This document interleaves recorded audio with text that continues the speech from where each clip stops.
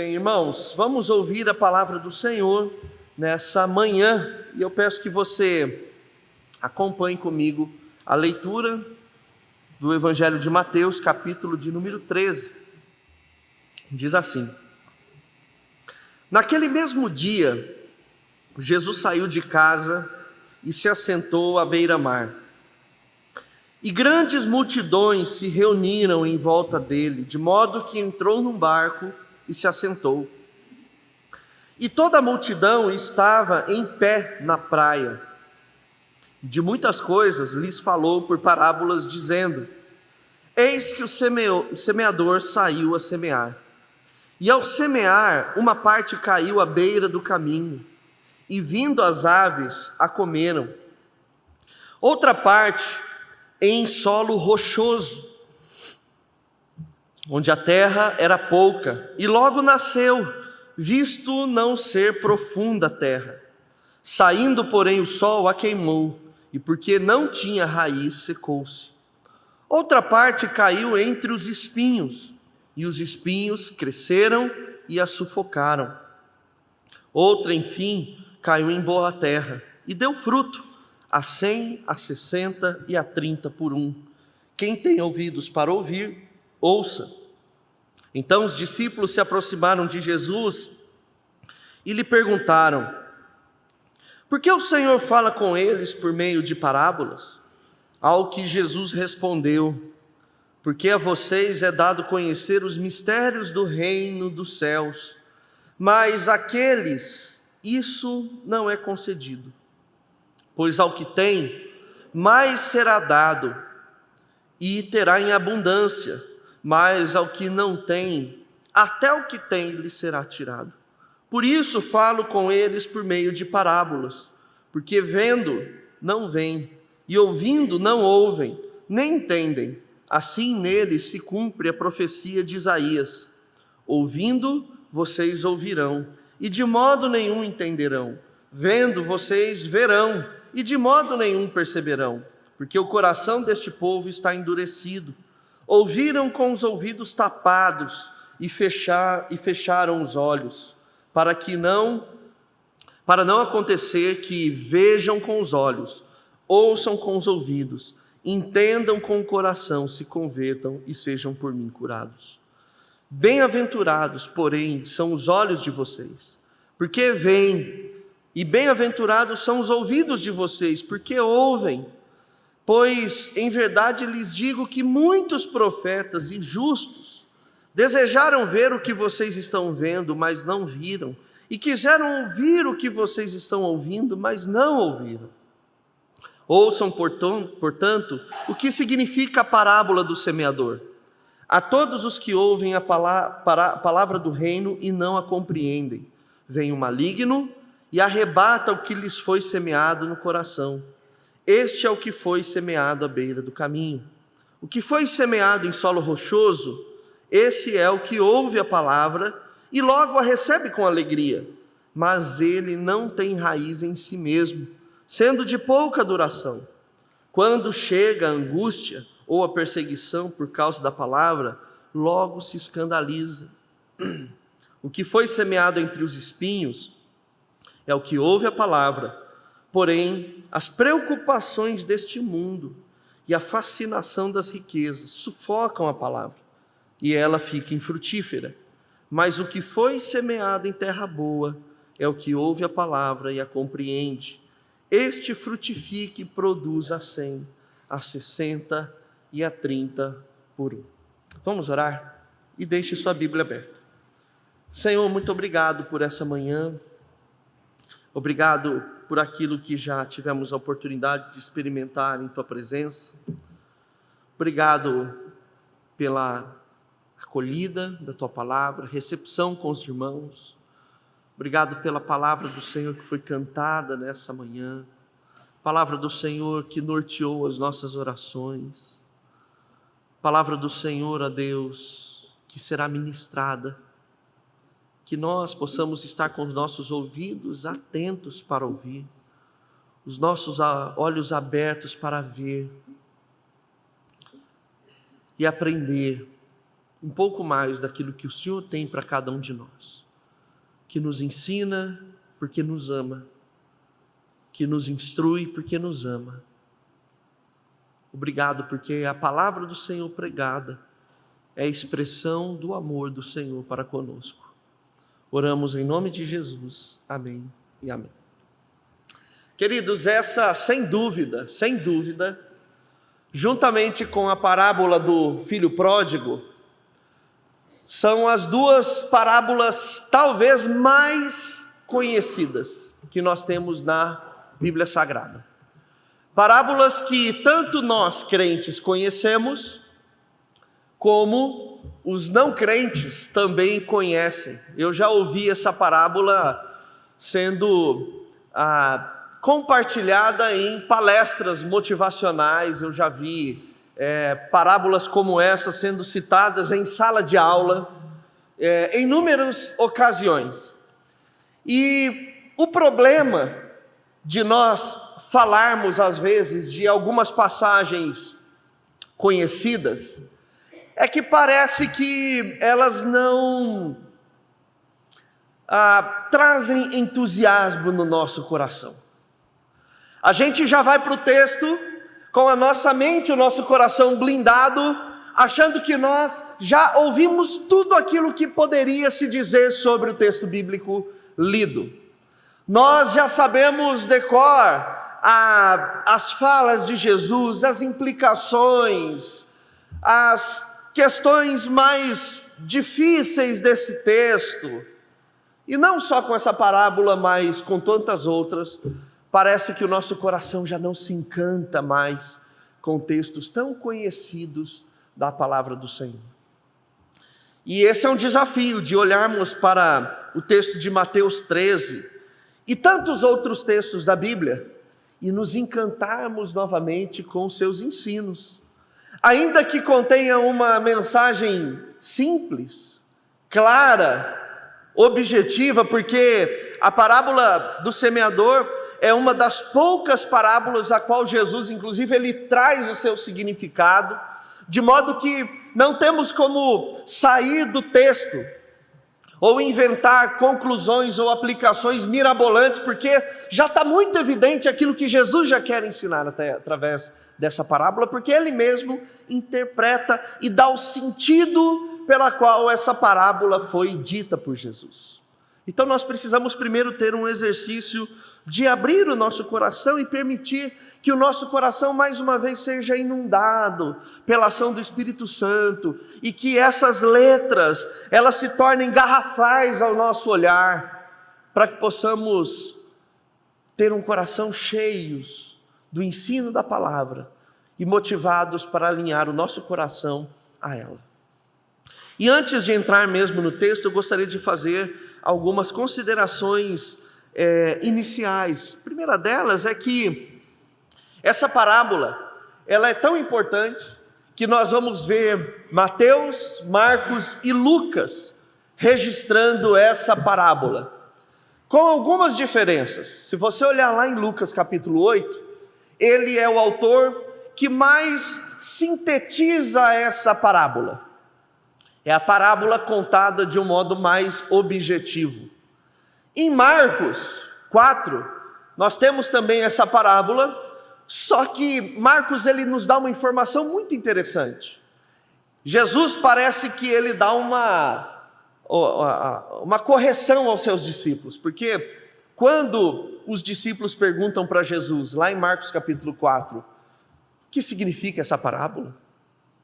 Jesus fala assim: se vocês não compreendem essa parábola, como compreenderão as demais? É como se Jesus estivesse falando: a chave para compreender todas as parábolas que eu ensinarei e tenho ensinado a vocês é essa parábola, como se fosse a mais importante de todas para a interpretação das demais parábolas. E Mateus é onde nós temos o relato mais extenso dessa parábola, dividida em 4 partes. Nós temos uma pequena introdução, Depois Jesus ele começa a compartilhar a parábola falando da figura do solo, do semeador e dos imprevistos que acontecem, da qualidade do solo. Depois nós temos uma extensa sessão onde ele vai explicar o porquê ele falava com parábolas.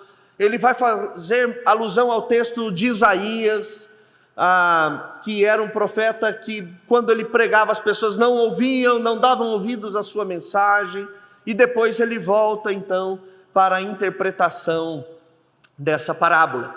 E nós não sabemos ao certo em que momento Jesus ele contou essa parábola.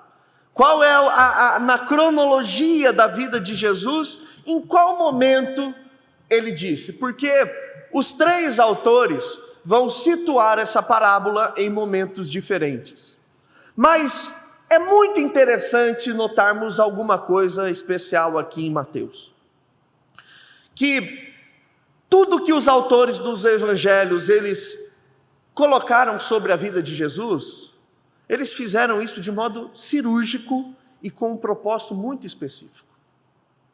Por exemplo, de modo resumido, a parábola que nós acabamos de ler, ela tem o foco que é o solo, a pessoa que recebe a boa semente, que é a palavra de Deus, e o semeador é Jesus. Jesus é aquele que está semeando a palavra, ele está pregando aos discípulos, ele está pregando às autoridades religiosas, ele está pregando às multidões, ele está semeando a palavra. E a palavra está caindo nos corações, nas vidas, absorvido pela mente das pessoas. Só que cada pessoa recebe essa palavra de um jeito diferente. E se você olhar alguns trechos antes da palavra do Senhor, eu separei alguns aqui, você pode até acompanhar ou ler em casa, mas Mateus capítulo 11, verso de número 3,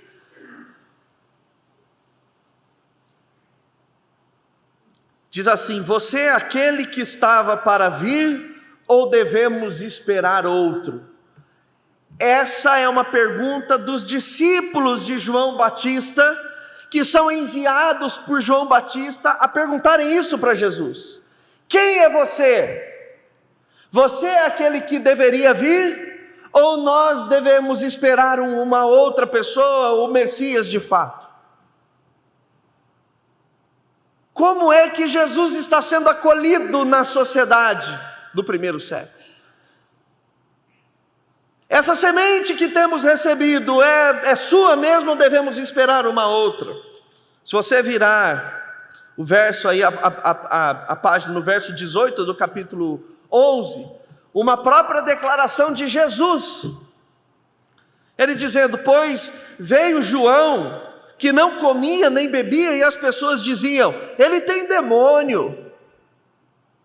Veio o Filho do Homem comendo e bebendo, e as pessoas dizem: eis aí um glutão e bebedor de vinho, amigo de publicanos e pecadores.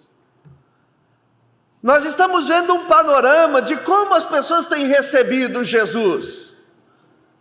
Alguns estão dizendo: é você mesmo, devemos esperar outro. Outros estão dizendo: será que é esse que é glutão e dado ao vinho, amigo de publicanos? Capítulo de número 12, verso de número 14. Mas os fariseus, depois que ele cura um homem que tinha a mão atrofiada, saindo dali, conspiravam contra ele, procurando ver como matariam. Então tem gente que não sabe se é o Messias ou não, tem gente chamando ele de glutão, amigo de publicano e beberrão, tem outros que estão querendo já matar ele. Verso de número 23, e toda a multidão se admirava e dizia: não seria este por acaso filho de Davi? Tem gente que tem já acolhido Jesus como filho de Davi, como Messias, o prometido. Mas olha o verso 24, mas os fariseus ouvindo isso diziam: esse não expulsa demônio senão pelo poder de Belzebu, o maior dos demônios, chamando ele de demônio. Uns dizem que é o filho de Davi, outros estão acolhendo ele como demônio. Verso 30 do capítulo de número 12. Jesus, ele sabe que existe uma diversidade de acolhimento no coração do ser humano. E ele diz: quem não é por mim é contra mim. Quem comigo não ajunta, espalha. Ele sabe que existe essa multivisão e conceitos e ideias das pessoas quando olham para Jesus. Verso 38.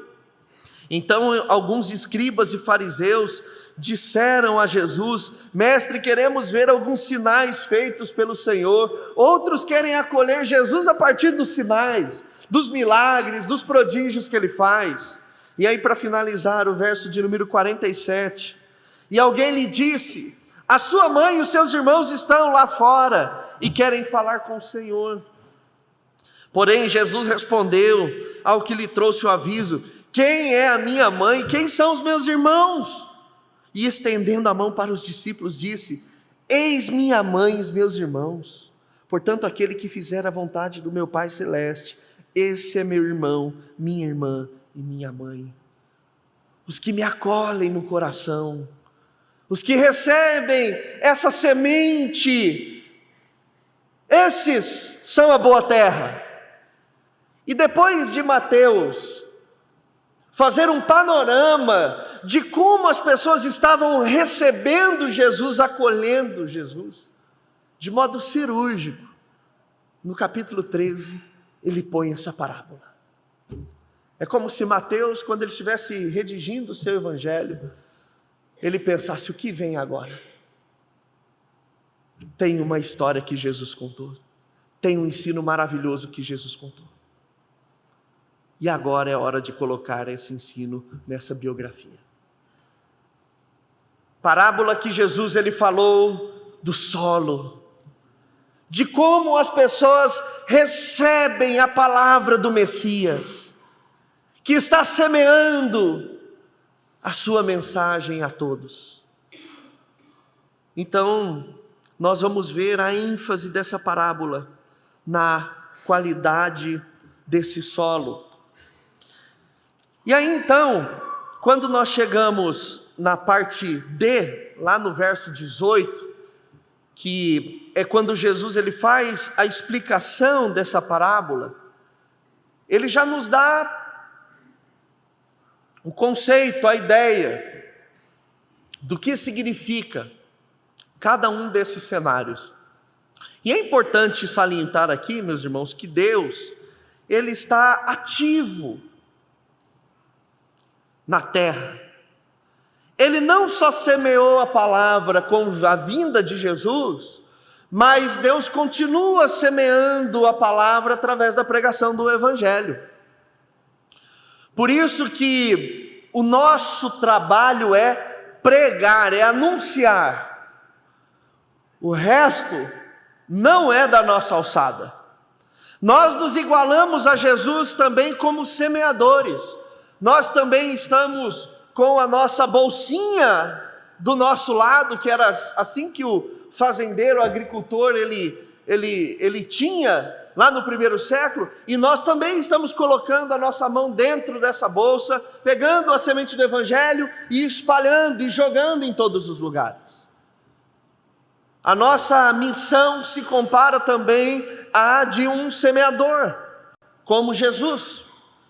E Deus ele está ativo porque Ele também está fazendo e semeando a palavra através das nossas vidas. E nós precisamos entender esse ponto. E além disso, Ele continua semeando a todas as pessoas. Todas as pessoas. Ainda que nós não saibamos quais aquelas a quem Ele escolheu, isso não tira a nossa responsabilidade de continuar semeando. Inclusive, essa é uma questão, uma pergunta que muitos calvinistas fazem. Se Deus já estabeleceu, se Deus já tem um número exato de salvos, por que nós pregamos o Evangelho? Justamente porque Deus faz com que o Evangelho seja desabrochado na vida das pessoas através da nossa pregação, através do nosso serviço. É a nossa cooperação na obra do Senhor. Deus sabe, mas nós não sabemos. E é por isso que às vezes nós vemos também essa parábola no nosso dia a dia. Quantas pessoas você já teve a oportunidade de falar de Jesus? E quais foram os resultados que você já viu? Você talvez e provavelmente já tenha visto os mesmos cenários acontecendo que Jesus expôs nessa palavra. Tem gente que você mal fala do evangelho e a pessoa se converte, a pessoa já se converte. Tem gente que você insiste e nada acontece. Isso daí é uma coisa do mistério do Senhor. Da nossa parte nós temos que pregar. E Jesus então ele começa a fazer a explicação. Depois nós vamos voltar aqui para a parte onde Jesus ele faz uma consideração em relação aos profetas, ao entendimento e não entendimento da parábola. Mas quando Jesus ele começa a dar o significado dessas parábolas, ou do solo, o verso 19 ele se conecta com o verso de número 4. A todos os que ouvem a palavra do reino e não a compreendem, vem o maligno e arrebata o que lhes foi semeado no coração. Este é o que foi semeado à beira do caminho. Nesse primeiro ponto, Jesus ele vai trazer de modo claro uma das intenções do diabo, do Satanás. Nós, presbiterianos, cremos sim na ação do diabo. Nós cremos sim que existe uma guerra espiritual acontecendo, onde o diabo e os seus demônios estão totalmente ativos na missão de nos tirar da vontade do Senhor, onde eles querem vir como essas aves, retirando a semente que foi plantada. E esse ponto de Jesus, ele é o único que está intimamente ligado ao ensino. Ele diz que uma semente que está na beira do caminho é como um ensino que não foi compreendido adequadamente. E tem muita gente hoje que diz assim: para que eu preciso estudar? Para que a teologia é importante? Eu preciso de Jesus apenas. Como se a nossa percepção de Jesus, de Deus e do mundo não fosse também um exercício teológico. Nós não podemos terceirizar o nosso conhecimento bíblico apenas para outras pessoas. Nós precisamos nos esmerar em conhecer profundamente o ensino bíblico das Escrituras, porque caso contrário, se torna como uma semente lançada à beira do caminho. O que Jesus está nos dizendo é que o diabo ele está procurando dentro do arraial do povo de Deus gente que tem uma semente exposta, que não conseguiu absorver e internalizar aquilo que a palavra de Deus diz. O diabo é como essa ave que fica voando de olho naqueles que estão tratando a palavra de modo negligente, que não estão cuidando, não estão zelando por ela. E isso se dá muito mais sério, ou muito mais fácil do que a gente imagina. Por exemplo, nós estamos no culto aqui, esse domingo, ouvindo a palavra do Senhor. Quando acabar o culto, a gente vai falar da rodada do Brasileirão, a gente vai falar do cenário político, a gente vai falar sobre uma série de coisas, e a palavra? Ela não se torna processo de absorção das nossas conversas. O diabo sabe, e ele fica sobrevoando e vendo maneiras e estratégias para que ao findar da pregação ou do culto onde nós somos inundados pela palavra, de alguma maneira ele vá lá e roube essa semente. Ele não quer que essa semente crie raízes, que ela se aprofunde na terra do coração. Nós precisamos entender que um dos trabalhos de Satanás é roubar de nós a palavra. É permitir ou fazer com que ela caia no esquecimento. Fazer com que ela não tenha um significado profundo, impactante, como ela deveria ter. E nós temos que ficar de olho sobre as coisas que querem arrebatar a palavra de nós. Jesus, ele já sabia que esse é um trabalho importante. Por exemplo, nós estamos aqui no culto, mas ao invés de focarmos naquilo que estamos aprendendo do Senhor, nós estamos pensando no boleto que a gente tem que pagar amanhã. A gente está com a cabeça na meta que eu tenho que atingir amanhã. Ou a gente fica inquieto, olhando para o celular, vendo, deixa eu ver aqui se tem alguma mensagem no WhatsApp. Estou pensando no frango que eu tenho que comprar depois, no horário, porque minha família vai chegar em casa.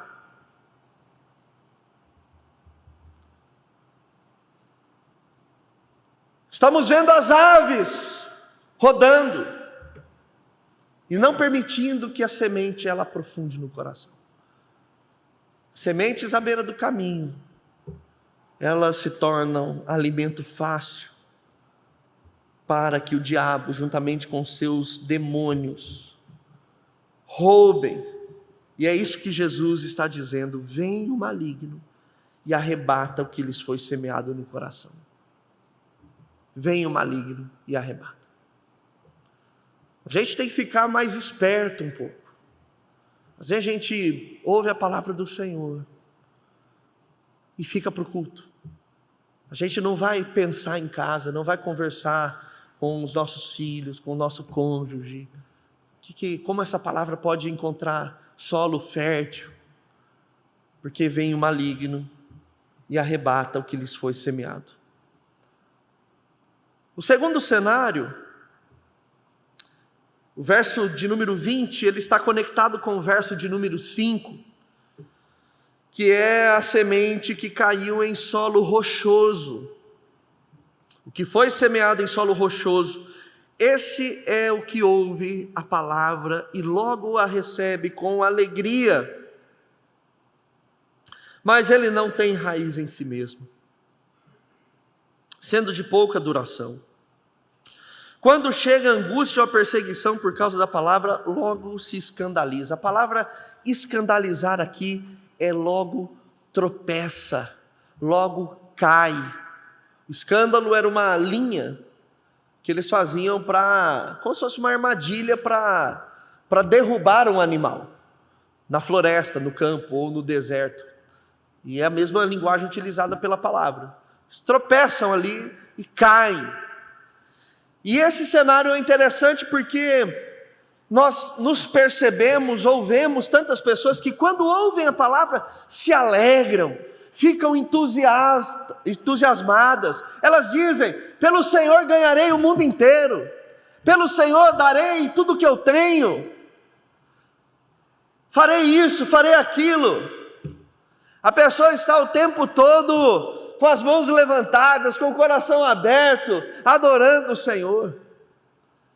E nós até somos surpreendidos e ficamos motivados quando vemos alguém que recebe a palavra com alegria. Nós falamos assim: esse ou essa está no primeiro amor. Essa pessoa está no primeiro amor. Eu já fui um crente assim. Mas o que Jesus está dizendo, não que nós não devemos ter alegria, mas Ele está dizendo que existem solos ou qualidade de solos. Quando a palavra ela cai, a pessoa recebe com alegria. Mas é interessante o que Jesus ele usa aqui. Porque lá no verso 5 ele fala sobre o sol que queima. E quando queima, essa planta que não tem raiz seca. E Jesus ele vai dizer que esse sol é a perseguição, é a angústia por causa da palavra. Irmãos, se nós pudéssemos dar o sobrenome ao crente, sem dúvida alguma o seu sobrenome seria sofrimento, seria luta. Porque todo mundo tem luta. Sofrimento não é de exclusividade de ninguém, dor, mas parece que o crente tem a mais. E ele sofre mais, não porque talvez tenha mais sofrimento, muitas vezes sim, mas porque ele não pode responder ao sofrimento como o ímpio responderia. O crente não pode responder ao sofrimento indo lá e dando uma surra em quem lhe causou o sofrimento. O crente não pode responder ao sofrimento indo para casa e falando um monte de palavrão. Ele não pode responder à angústia e ao sofrimento xingando os outros na rua. Ele não pode responder ao sofrimento dizendo, todo mundo faz, mas então eu também vou fazer. O crente não pode responder ao sofrimento como todo mundo responde. Pelo contrário, quando ele está sofrendo, quando ele está passando por uma luta, ele tem a terrível missão de olhar para a Bíblia e ver Jesus dizendo, faça o oposto, seja diferente. Enquanto todo mundo está vomitando as suas queixas nas redes sociais, vá para o Senhor, feche a porta do seu quarto e ore a Ele. Como é difícil. E a gente sabe que a nossa vida aqui na terra é luta atrás de luta, sofrimento atrás de sofrimento. Quanto mais crente você quiser ser, mais tolhido você será. Mas não tem problema, Jesus disse que nós somos ovelhas em terras de lobos. Aqui não é a nossa pátria, não é o nosso habitat, nós estamos aqui como peregrinos, nossa pátria celestial logo, logo vai chegar. Mas enquanto nós estamos aqui, nós somos aqueles queimados pelo sol. Nós somos aqueles que estamos sofrendo, suando, fustigados pelos raios quentes desse sol que bate no nosso lombo. E Jesus está dizendo que existem aqueles que quando o sol aperta, eles desistem. Eles desistem. É gente até entusiasta, recebe com alegria, chora quando fala de Jesus. Não estou dizendo que não é errado você chorar, mas é gente que fica motivado, que acha Jesus lindo, maravilhoso, fica até feliz de estar na igreja, de cantar louvores, mas a hora que a coisa bate, não tem raiz, seca. Isso tudo não é de hoje, novo. Jesus já falava que já tinha esse tipo de solo, esse perfil. E a pessoa então cai, logo se escandaliza. A pessoa está preocupada nos benefícios do Evangelho. O que Deus pode me dar? Aquele olhar da troca, da recompensa. Mas não quanto eu estou disposto a lutar. É o que os discípulos fizeram. A alegria deles estava no fato de sofrerem como Jesus sofreu. Se sentiam dignos, era um presente, era uma dignidade imensa sofrer como Jesus sofreu. O terceiro tipo de solo que Jesus compara, o verso 22, tem conexão com o verso de número 7. O que foi semeado entre os espinhos é o que ouve a palavra. Porém, as preocupações desse mundo, olha a palavra que Jesus usa aqui, e a fascinação das riquezas, sufocam a palavra e ela fica infrutífera. Infrutífera. Aqui nós vamos ver uma clara alusão aos ídolos. No primeiro cenário o problema é o diabo, no segundo é a falta nossa de desejo de lutar e perseverar nas lutas e nas aflições, mas na terceira aqui é a obstinação da idolatria do coração humano. Lá em Jeremias, lá no livro do profeta Jeremias, no capítulo 4, versos 2 e 3, Jeremias ele está pregando ao povo dizendo que os ídolos são como espinhos. E parece que Jesus tira o mesmo simbolismo da agricultura para dizer sobre preocupação e fascinação. Porque preocupação e fascinação tem tudo a ver com os nossos ídolos. Idolatria é tudo aquilo a qual nós damos devoção, aquilo a que nós nos devotamos, aquilo que nós prestamos culto, é aquilo que depende todo o sentido da nossa vida e no mundo que nós vivemos, bens, riqueza, sossego, tranquilidade, estabilidade, se tornam cada vez mais ídolos.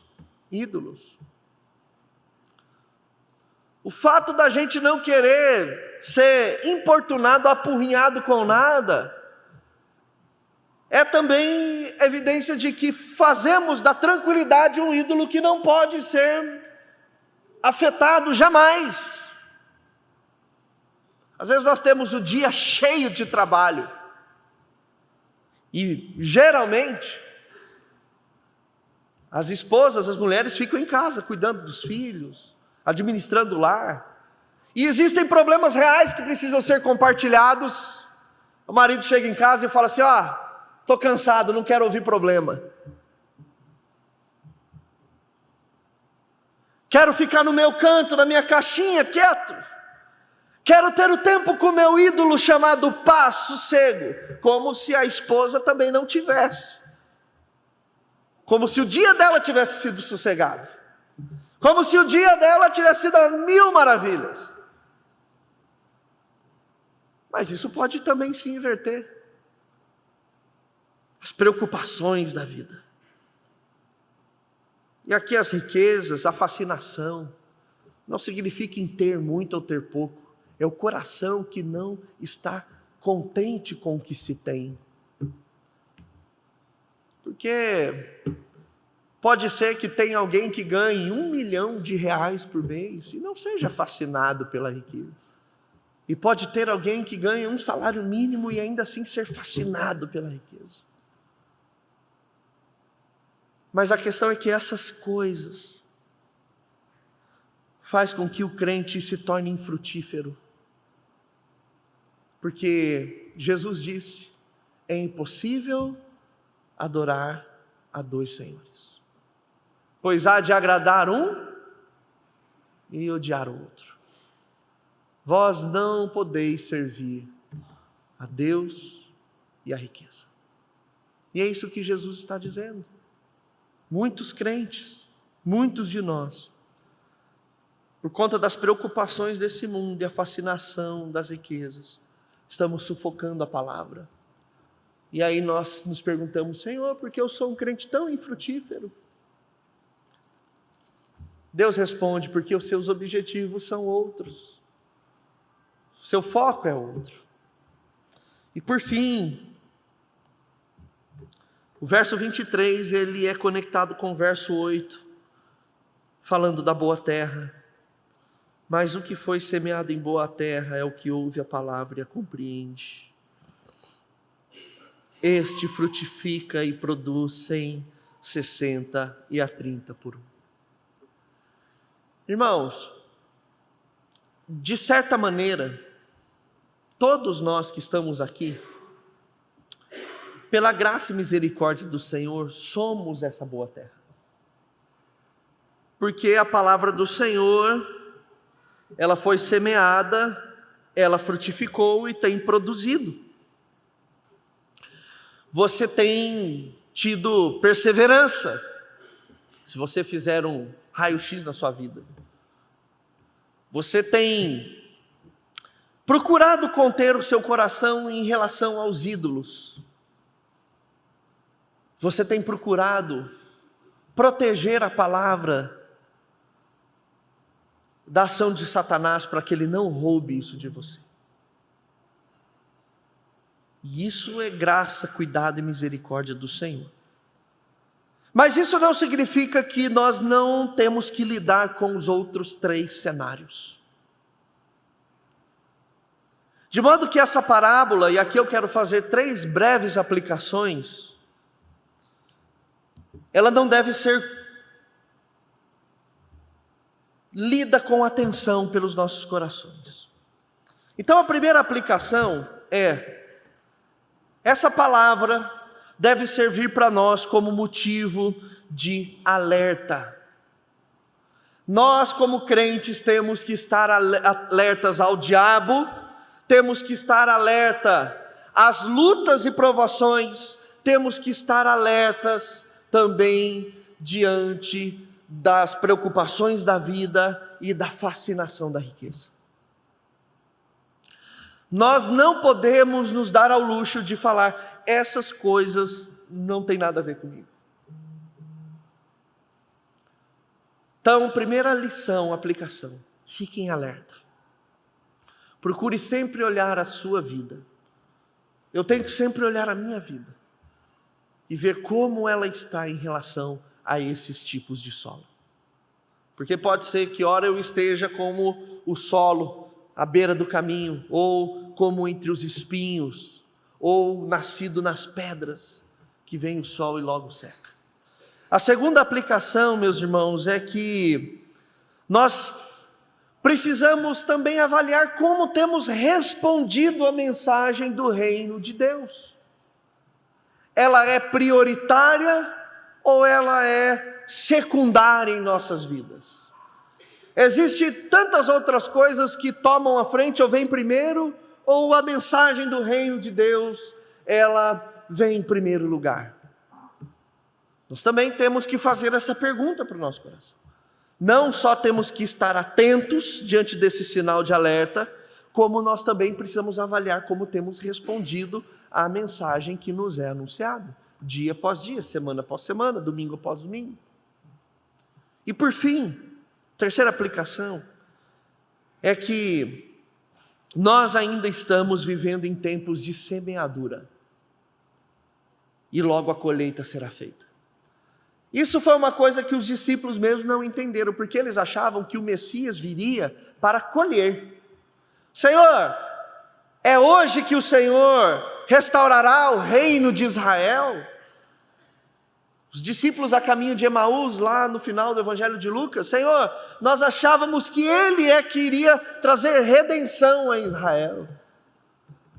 Mas nós ainda estamos no tempo de semeadura.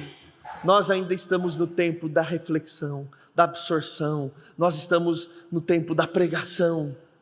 Mas, irmãos, não se enganem. Virá, e já está chegando o tempo onde Ele virá para a colheita. E quando Ele vier para a colheita, não nos restará mais tempo. Que Deus nos abençoe e nos ajude a ser um solo bom. Amém?